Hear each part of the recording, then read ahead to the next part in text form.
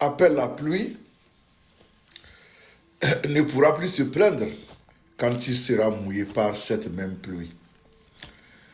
Il y a de cela quelques semaines, nous vous avions dit que M. Faure Gnassingbé était en train de forcer M. Gilles-Christ Olympio à accepter le poste de président de la Ve République.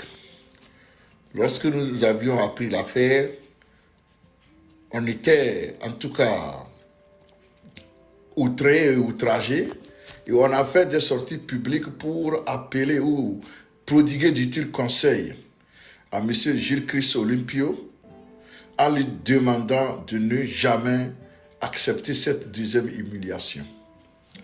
M. Faure Gnassingbé cherchait quelqu'un de malléable qui ne pourra pas lui causer de problème si ce dernier devenait président de la République.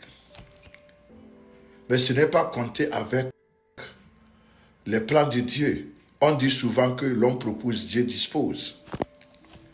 Et donc, l'information de ce matin, c'est que M. Faure Gnassingbé commence donc à se rendre compte que il est en train d'avancer droit dans son propre piège. Parce que l'armée togolaise, qui s'est toujours montrée loyale à un seul homme, à une seule famille, commence à émettre des doutes et à exprimer sa confusion par rapport à ce que la Ve République, la constitution de la Ve République dit au sujet du président de la République et du président du Conseil. On nous dit que depuis quelques jours, des cadres unis de la COSA multiplient des réunions pour trouver une solution à cette crise qui est née donc de l'entêtement d'un individu à vouloir coûte que coûte garder tous les pouvoirs entre ses mains. L'armée togolaise se dit confuse par rapport au nouveau rôle du président de la République et du président du Conseil. Du point où M. Faure a pris peur. Maintenant, il est en train de manipuler les mêmes lâches qui ont produit cette constitution de la lâcheté à vouloir tout faire pour relire les textes de cette constitution de la honte afin de voir les possibilités pour M. Faure Gnassingbé d'être à la fois président du Conseil et président de la République. Chers Togolais, ce n'est pas une blague. Nous ne sommes pas au 1er avril ici pour parler du poisson d'avril, non. Au Togo, quand quelque chose est dit, venant de ces gens-là, il ne faut plus penser que ce n'est pas possible. Parce que ces gens, ils ont dépassé les limites de l'outrage et de l'indignité. Et donc, tout ce qui est dit est possible chez eux. Eh bien, les cadres du RPT de la COSA multiplient des réunions. Certainement, dans les tout prochains jours, ils vont nous dire qu'ils vont relire la constitution déjà décriée afin de trouver un moyen pour faire de M. Faure et le président du Conseil et le président de la République. Parce que il a peur, comme l'armée l'a dit, dans sa confusion, de ne plus lui accorder sa loyauté.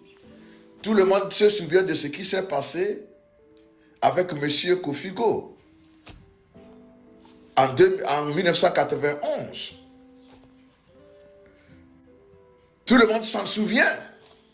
Et donc, M. Faure Gnassingbé se rend compte que cette crise peut être inévitable si jamais on remettait la présidence de la République à quelqu'un qui est aussi ambitieux.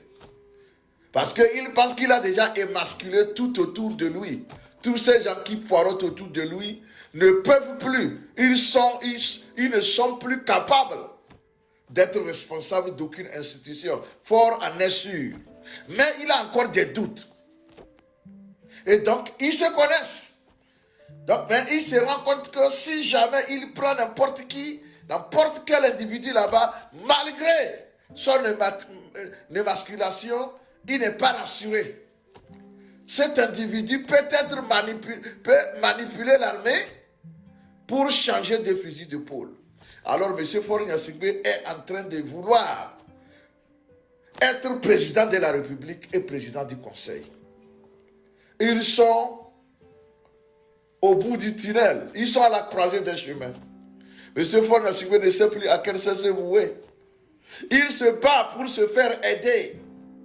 La crise que lui-même il a préparée, créée, entretenue, financée, va certainement arriver au Togo. Même si M. Faure Gnassingbé se nomme président de la République et président du Conseil, un jour, il va se battre contre lui-même. Demandez, vous êtes quoi finalement? Président du Conseil ou président de la République? Parce que les soldats togolais, eux autres, c'est la présidence de la République qui les intéresse. Le reste, ce n'est pas leur problème. M. Faure Gnassingbé est devenu ennemi, l'ennemi de lui-même. Il est aujourd'hui l'ennemi juré de Faure Gnassingbé. C'est-à-dire que Faure Gnassingbé est ennemi juré de Faure Gnassingbé.